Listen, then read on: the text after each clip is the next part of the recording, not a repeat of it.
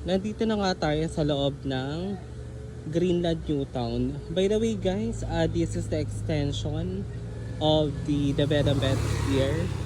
Meron tayo dito phase 2, D and E.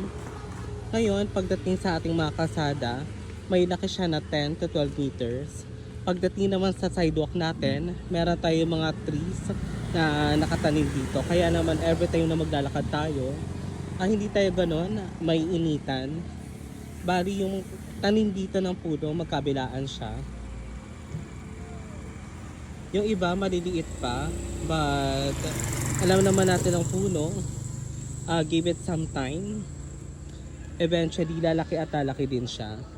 Ngayon nandito naman tayo, another part of our project. Sobrang mapuno. Bali guys, pagdating dito sa ating area, fully developed na yung mga karatig na property development dito. May mga bahay na, may kuryente, may tubig, and at the same time, madami ng mga tao.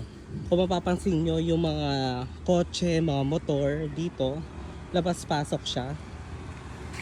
At ito nga yung parte ng ating extension for Greenland Newtown.